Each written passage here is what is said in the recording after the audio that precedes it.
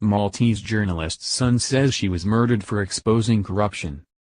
Valletta, Reuters. The son of Malta's best-known investigative journalist said on Tuesday his mother was killed by a car bomb because of her work exposing political corruption.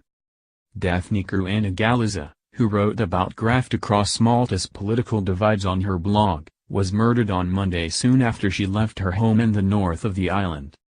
"My mother was assassinated because she stood between the rule of law and those who sought to violate it," like many strong journalists, Daphne Caruana Galizia said on Facebook.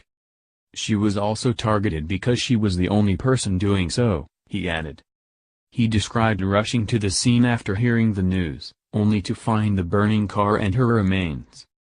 The explosion, which blasted the car off the road into a field near the village of Bidnija, stunned the small Mediterranean island. Authorities said it was the first murder of a journalist there. Prime Minister Joseph Muscat and opposition leader Daphne Caruana, who had both been criticized on her blog, both condemned the killing.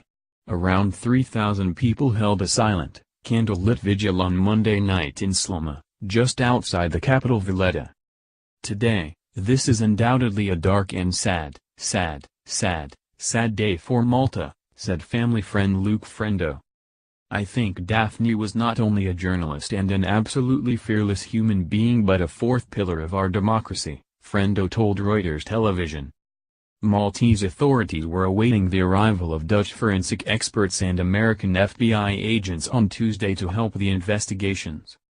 A tent was erected over her burnt-out car and sheets placed over her remains. "Everyone knows Caruana Galizia was a harsh critic of mine, both politically and personally, but nobody can justify this barbaric act in any way," said Prime Minister Muscat, who had been suing her over some of her allegations. Opposition leader Daphne Caruana called her killing an attack on democracy and freedom of expression and demanded an independent inquiry.